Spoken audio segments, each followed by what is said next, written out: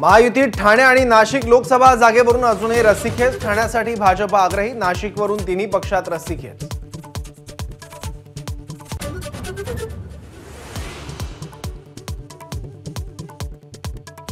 ठाकरे गटाची पहिली यादी उद्या जाहीर होणार, पहिल्या यादीत 15 ते 16 जणांचा समावेश असणार, संजय राऊतांची माहिती।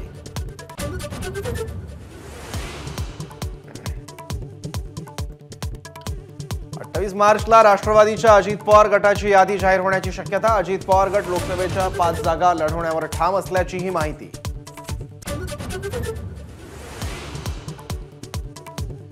नाशिक लोकसभेवरून महायुतीत रस्सीखेच, काल हेमंत गोडसेंनी शिंदेंची भेट घेतल्यानंतर आज देवयानी फरांदेंनी घेतली फडणवीसांची भेट।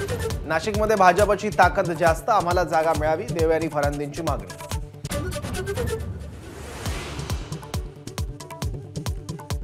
शांतिगिरी महाराज नाशिक लोकसभा लढवण्यावर ठाम, आमची विविध पक्षांसोबत चर्चा सुरू, शांतिगिरी महाराजांची माहिती।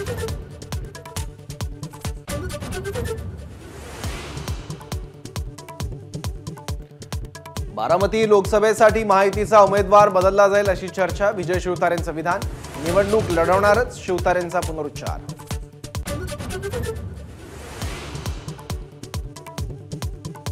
आज स्वागताचं पत्र दिलं, उद्या विजयानंतर अभिनंदनाचंही पत्र देतील, प्रणिती शिंदेंनी लिहिलेल्या पत्राला राम सातपुतेंचं प्रत्युत्तर।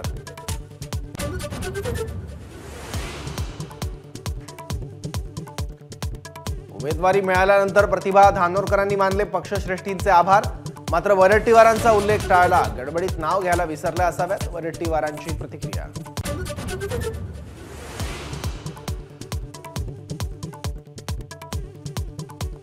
रामटेकमध्ये रश्मी बर्वेंना उमेदवारी दिल्यानं किशोर गजभिये नाराज, गजभिये उद्या उमेदवारी अर्ज दाखल करणार, काँग्रेसमध्ये बंडखोरीची स्थिती।